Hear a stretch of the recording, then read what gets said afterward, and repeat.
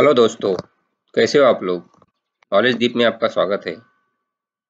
आज का वीडियो 10वीं और 12वीं पास लोगों के लिए है। इस वीडियो में 10वीं और 12वीं पास लोगों को जॉब अपॉर्चुनिटी देखने मिलेगी। आपको पता होगा कि भारतीय डाक यानी post office of India, Indian post, इस डिपार्टमेंट ने लगभग 140-150 वैकेंसीज निकाली है। हमेशा की तरह इस वीडियो में भी आपको मैं ऑफिशियल नोटिफिकेशन के साथ पूरे डिटेल्स में आपके साथ शेयर करना चाहूँगा। इस वीडियो में हम देखेंगे कि टोटल वैकेंसीज कितनी है, एजुकेशन क्राइटेरिया क्या क्या है, लास्ट डेट क्या है। तो चलिए देखते हैं।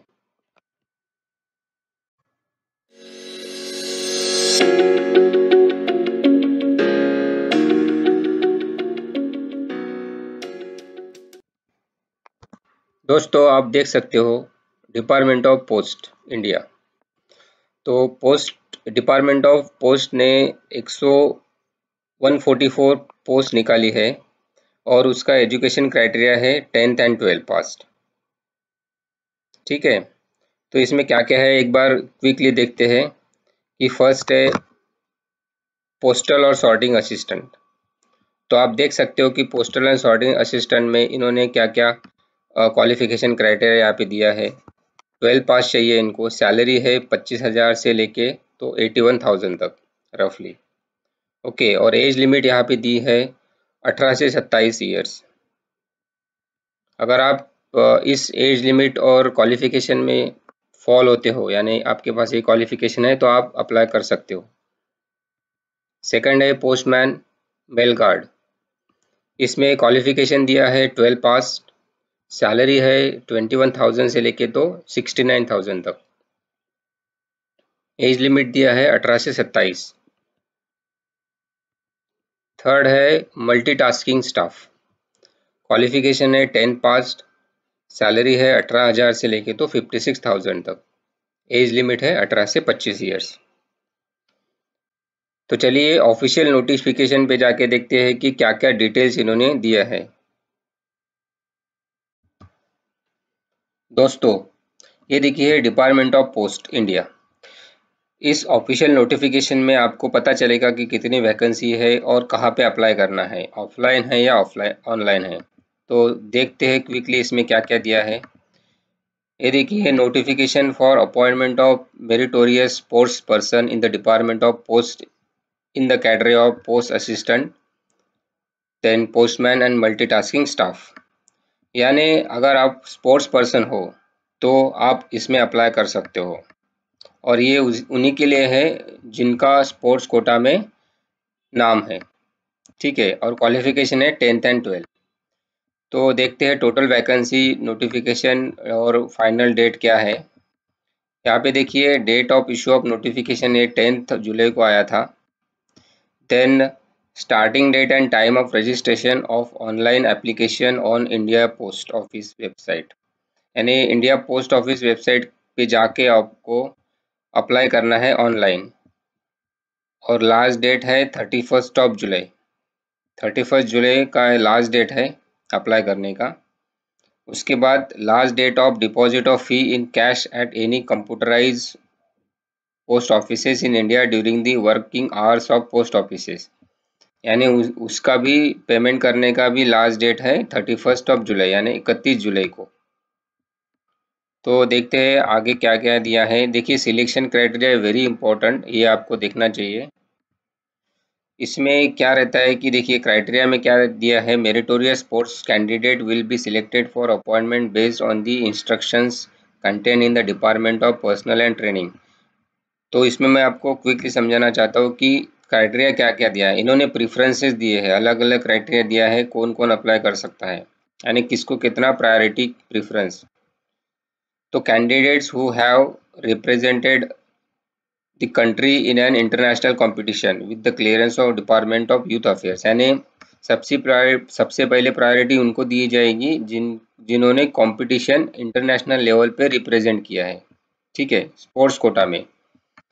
सेकंड है सेकंड प्रेफरेंस है candidates who have represented a state or union territory in the junior or senior level national championship organized by the sports federation recognized by the department of youth affairs and sports। यानी कहने का मतलब यह है कि जिन candidates ने यानी जिन लोगों ने स्टेट को रिप्रेजेंट किया है जूनियर और सीनियर लेवल पे and by the national sports federation recognise by the department of youth affairs, यानी ये नेशनल स्पोर्ट्स फेडरेशन रिकॉग्नाइज ये जो डिपार्टमेंट है इन्होंने उसको रिकॉग्नाइज किया है, वही कैंडिडेट इसमें अप्लाई अप्लाई तो कर सकता है बट उसको सेकंड प्रेफरेंस मिलेगा सिलेक्शन के टाइम पे।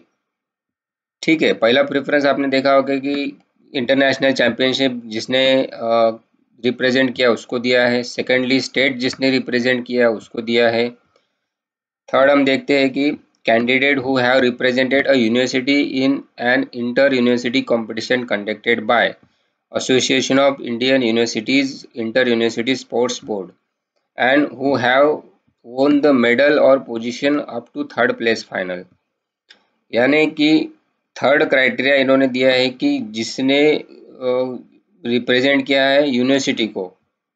पहला तो हमने देखा है कि इंटरनेशनल, सेकंड है स्टेट, थर्ड इज यूनिवर्सिटी, तीसरा यूनिवर्सिटी जिसने रिप्रेजेंट किया है कहाँ पे, इंटरनेशनल इंटर यूनिवर्सिटी कंपटीशन। ये जब इंटर यूनिवर्सिटी कंपटीशन होती है उसमें जिसने रिप्रेजेंट किया अपने यूनिवर्सिटी को उसको थर्ड प्रायोरिटी दी गई है, थर्ड प्रेफरेंस। प्लस उसके पास होना चाहिए मेडल और position up to third place in final. Third place तक अगर उसने कोई मेडल जीता होगा या उसको कोई पोजीशन मिली है तो वो शो कर सकता है, दिखा सकता है। फोर्थ प्रेफरेंस है candidates who have represented the state schools in the national sports और games for schools conducted by the all India school games federation. अब आता है चौथा। चौथा में क्या है कि अगर किसने स्कूल रिप्रेजेंट किया है, थर्ड में तो यूनिवर्सिटी थी, चौथे में स्कूल रिप्रेजेंट किया है उसको प्रायोरिटी दी है, वो है चौथी प्रायोरिटी। अलॉन्ग विद दैट यानी उसके साथ उस बंदे के पास मेडल चाहिए थर्ड प्लेस तक, या तो कोई पोजीशन चाहिए at third place in the final. पांचवा प्रेफरेंस है candidates who have been awarded national award in a physical efficiency under national physical efficiency drive.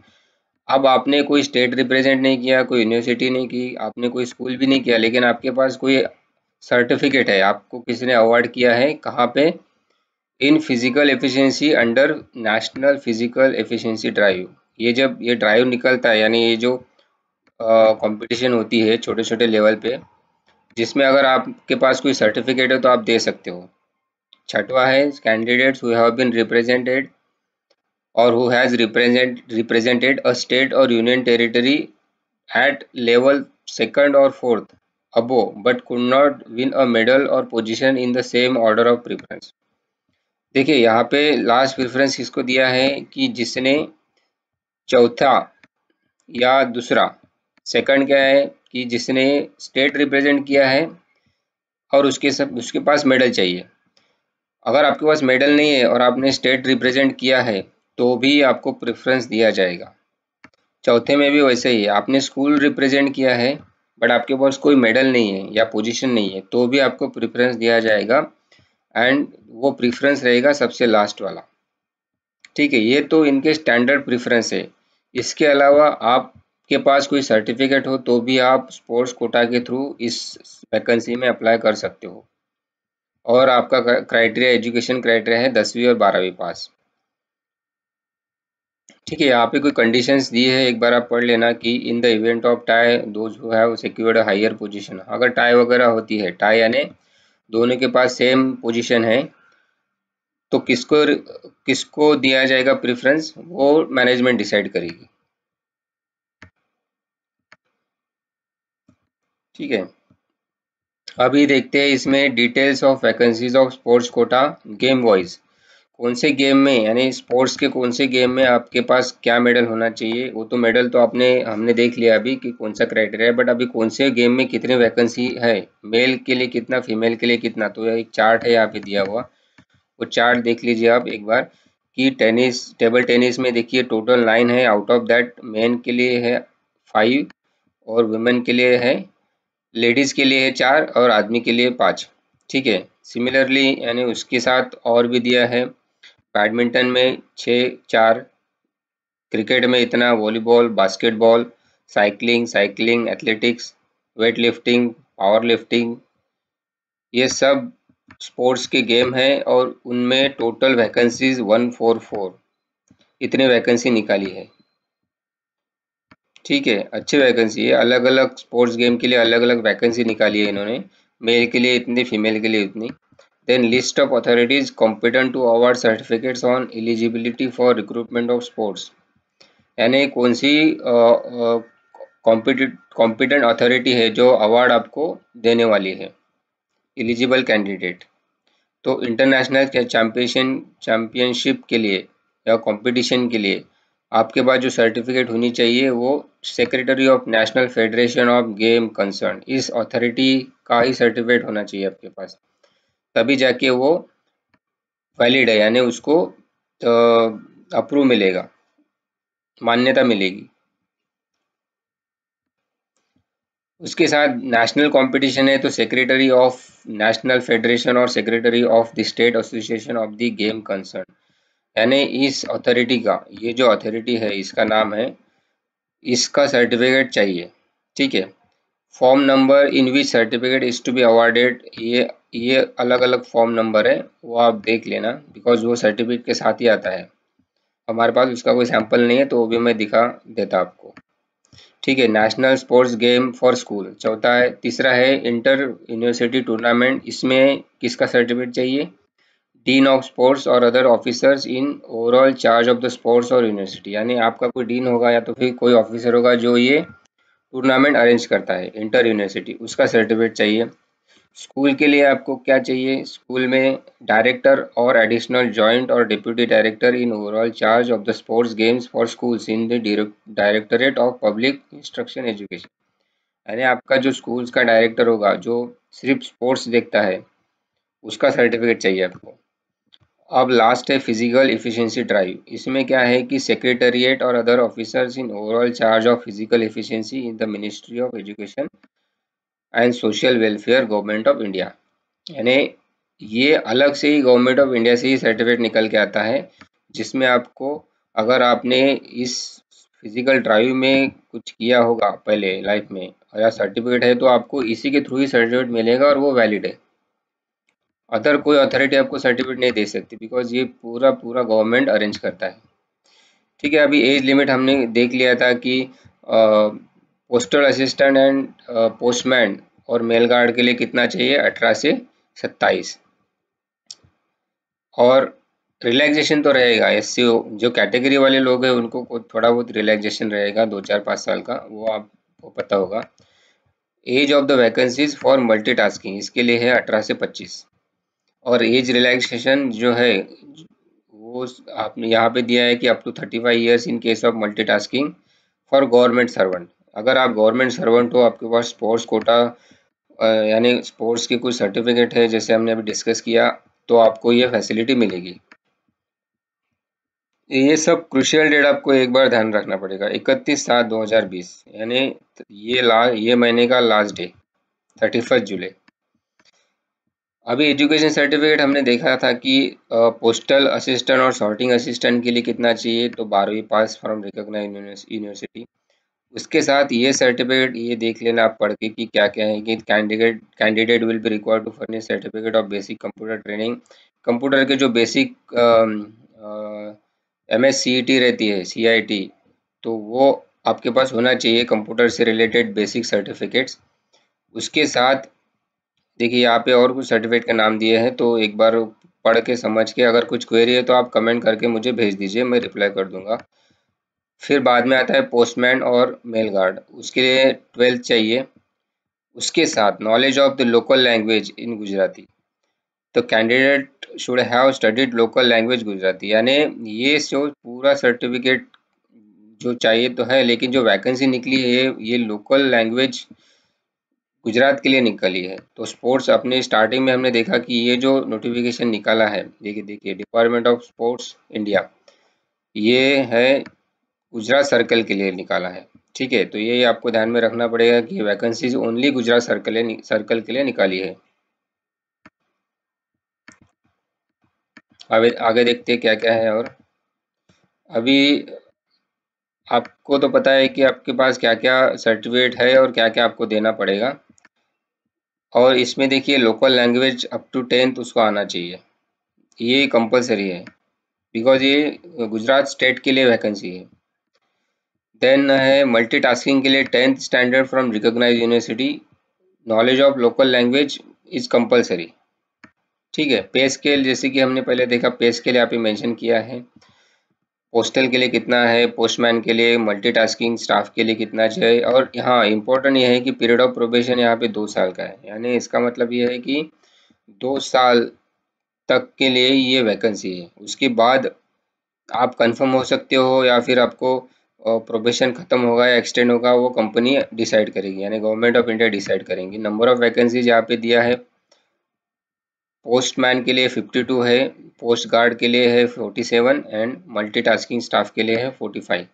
तो अलग अलग इसके लिए यानी अलग अलग जॉब के लिए या तो वैकेंसी के लिए अलग अलग टोटल नंबर्स दिए गए हैं यहाँ पे। ठीक है, the vacancies are subjected to vary or change without any. ठीक है, ये तो नंबर जो है यहाँ पे जो इस पोस्ट के लिए सबसे पहला जो पोस्ट है उस पोस्ट के लिए 52 वैकेंसीज है। तो 52, ये 52 हो सकती है, 42 हो सकती है, 100 भी हो सकती है। ये सब डिपेंड करते हैं कंपनी सिलेक्शन, कंपनी डिसाइड करेगी, यानी गवर्नमेंट ऑफ इंडिया डिसाइड करेगी। Order of preference first division और यूनिट, यानी जो प्रेफरेंस, ये देखिए आप क्विकली एक बार पढ़ लेते। While filling up the online application the candidate shall indicate 5 preferences for division unit for the post of postal assistant sorting. Okay, for the candidates who do not indicate their preference, it will be presumed that they have equal preference for all the division unit of Gujarat Postal Circle, and they will be allotted based on their position in the merit list and availability of the vacancies. Final decision of allotment to division rates with competent authority। यानी जब आप form fill करोगे तो आपको 5 अलग अलग preferences देने पड़ेंगे फॉर द डिवीजन ऑफ और unit for the post of postal assistant. ये जो पोस्ट है ना, इसके लिए अलग अलग आपको प्रेफरेंस देने। अगर आपने प्रेफरेंस नहीं दिया तो वो एक ही प्रेफरेंस कंसिडर करेंगे। हाउ टू अप्लाई, अभी अप्लाई कैसे करेंगे ये देखिए। The candidate must register themselves on the website, ये वेबसाइट है, इंपॉर्टेंट वेबसाइट है, CCC.CEPT.gov.in। तो इस वेबसाइट पे जाके आपको अप्लाई करना पड़ेगा। और ये जो नोटिफिकेशन उसी से निकाला है, ये नोटिफिकेशन भी आपको मिल जाएगा वहाँ पे। ठीक है, अब कैसे भेजना है आपको। Applications can be submitted through any of the three means: speed post addressed to the Assistant Director Post Services, or recruitment through email, or applications can be submitted through email at, ये email पे भी application आप भेज सकते हो। Through online method on the website, आप website पे भी एप्लीकेशन भेज सकते हो। ठीक है, तो ये एक तो है, आपके पास एक ईमेल दिया है इन लोगों ने, वो आप देख लेना एक बार, यहाँ पे दिया है। या तो वेबसाइट है या तो फिर पोस्ट पे जाके आपको देना पड़ेगा हैंड ओवर। तो ईजी है कि आप ईमेल से करो या तो फिर ऑनलाइन से करो। Online application will be accepted from candidate in case of any technical issue. The candidate can also apply through email, email के साथ भी आप अप्लाई कर सकते हो। ठीक है, अभी देखते हैं इंपॉर्टेंट क्या है इसमें, कि the candidate who satisfy the above conditions and desire to apply online will have to register himself in the portal of India website with effect from 10 to 31st। यानी पहले आपको ये वेबसाइट पे जाके, जो वेबसाइट अभी दिखाई थी उस पे जाके रजिस्ट्रेशन करना पड़ेगा, आपकी कुछ डिटेल्स है वो फिल करना पड़ेगा। वो करने के बाद ही आप सब कुछ कर सकते हो। The applicant has to visit the applicant has to visit at this website, ये वेबसाइट पे जाके आपको विजिट करना पड़ेगा और पूरी डिटेल आपको फिल करनी पड़ेगी। ठीक है, अभी यहाँ पे क्या क्या है, फोटोग्राफ्स कैसे लगाने का, क्या साइज़ है, ये पूरा आपको पढ़ना पड़ेगा डिटेल में। कुछ क्वेरी है तो आप मुझे भेज दो। देन आपका डेट ऑफ बर्थ क्या है, मार्कशीट कैसे अटैच करने का, क्या साइज़ है यहाँ पे दिया है, computer certificate, certificate of disability, caste certificate, sports certificate, ये सब कुछ जितने भी सर्टिफिकेट है आपको सब लगाना है इसमें। ठीक है, देन अभी इम्पोर्टेंट कुछ है क्या इसमें, कुछ रजिस्ट्रेशन के स्टेप्स दिए हैं, एक बार इसको पूरा जाके पढ़ लेना। ये जो पूरा मैं यहाँ पे शो कर रहा हूँ, देखिए, the applicant has to fill the data required online and enter all the medical mandatory fields. पूरा ये पढ़ के आप इसमें स्टेप बाय स्टेप रजिस्ट्रेशन कैसे करना है वो दिखाया है। ठीक है। अभी आता है एप्लीकेशन फ़ी पे, कितना फ़ी भरना पड़ेगा आपको। The applicant shall have to pay application fee of 120 rupees and fees already paid will be valid for previously applied applicants. तो 120 रुपये है। ठीक है, टोटल फी ऑफ एप्लीकेशन। यहाँ पे दिया है the applicant have to approach their nearest authorise computer post offices and to produce the fee payment challan printed by him and pay the fee in cash only. आपको ये फी cash में पे करना पड़ेगा। ठीक है। The last date of the payment of application fee at any post office is 31/7/2020 and the last receipt of the application is 31/7/2020। एक ही दिन यानी 31/7 लास्ट डेट है, उसी के पहले आपको सब कुछ करना पड़ेगा। The advertisement publish in this regard in newspaper on 16 Feb 2020 has been cancelled. The candidate who applied earlier can use the previous fee receipt. अगर ये वैकेंसी पहले 16 Feb 2020 को निकाली गई थी और उसके दौरान अगर किसी कैंडिडेट ने पैसे भरे होंगे 120 रुपये, तो वो उसी रिसिप्ट को फिर से यूज़ कर सकता है। ये ध्यान में रखना। एक बार आपने फी भेज पे कर दी तो आपको रिफंड नहीं मिलेगी। ठीक है। अभी यहाँ पे कुछ रिलैक्सेशन दिए हैं, power to relax where the central government is one of the opinion that there is necessity और expedient so to do it may be by order the reason to be recorded in writing. The relaxation क्या क्या है, category to any class, कुछ relaxation दिए हैं। सबसे पहला क्या है कि department has right to cancel the recruitment process और मॉडिफाई द सिलेक्शन। ये डिपार्टमेंट का राइट है, वो कभी भी अप्लाई करते हैं। ठीक है। इंस्ट्रक्शंस फॉर कैंडिडेट और एप्लीकेंट्स, ये आपके लिए इंस्ट्रक्शन दिए हैं कि आपको क्या रूल्स एंड रेगुलेशन फॉलो करना है ड्यूरिंग दी रजिस्ट्रेशन, फिर एग्जाम पॉइंट ऑफ व्यू, अगर सिलेक्शन होता है तो इंटरव्यू होता है तो क्या। ठीक है। ये सब आपके इंस्ट्रक्शंस है, आप पूरा इसको एक बार पढ़ लेना कि क्या क्या इंस्ट्रक्शन दिए हैं।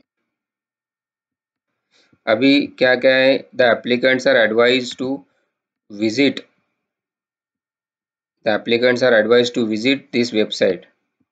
या तो फिर कुछ इश्यू है तो इस फ़ोन नंबर पे फ़ोन कर सकते हो, या तो फिर इस ईमेल आईडी पे आप ईमेल कर सकते हो। ये देखिए, ये director, assistant director postal service, इनका यहाँ पे सिग्नेचर दिया है।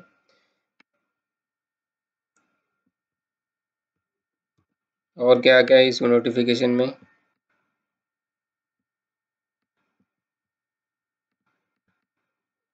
अगर आप नीचे जाओगे ना तो देखिए पूरा डिटेल वाइज इस पोस्टल असिस्टेंट, सॉर्टिंग असिस्टेंट के लिए कौन से इसमें क्या क्या वैकेंसी दी है। अहमदाबाद सिटी के लिए नंबर ऑफ वैकेंसी 2 है। ठीक है। तो ये डिवीजन और यूनिट वाइज वैकेंसी है।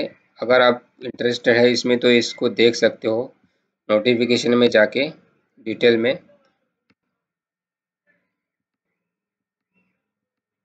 अलग अलग सिटी में वैकेंसीज है। मल्टीटास्किंग के लिए कितनी है ये तो हमने डिस्कस किया है पहले ही। अभी क्या है कि फॉर एससी और एसटी सर्टिफिकेट, ये कैटेगरी लोगों के लिए कुछ सर्टिफिकेट के फॉर्मेट्स दिए हैं, वो एक बार देख लेना कि क्या क्या है इसमें डिमांडिंग। फिर ओबीसी सर्टिफिकेट के लिए ओबीसी लोगों के लिए एक फॉर्मेट दिया है।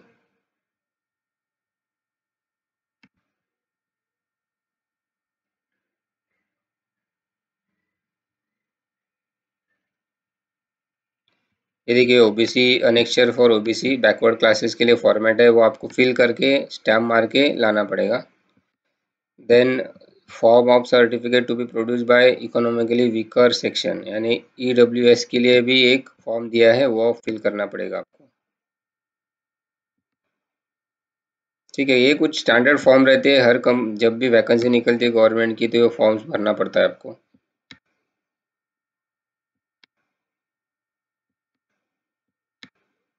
ठीक है। तो ये इतना है इसमें। अगर कुछ क्वेरी है तो आप मुझे कमेंट बॉक्स में शेयर कर सकते हो आपकी क्वेरी। गवर्नमेंट ऑफ इंडिपेंडेंट क्या है? Youth affairs and sports, government of India, department of youth affairs and sports.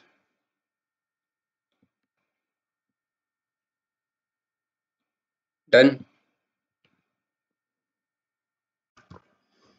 अगर ये वैकेंसी आपके काम की है यानी आप एलिजिबल है तो इसमें अप्लाई कर दो। अगर आपके काम की नहीं है, आप एलिजिबल नहीं हो, तो आप दूसरों लोगों को शेयर कर दो, यानी आपके रिलेटिव हो गए या फ्रेंड सर्कल है तो उनको शेयर कर दो ताकि उनके काम में आए। Thank you.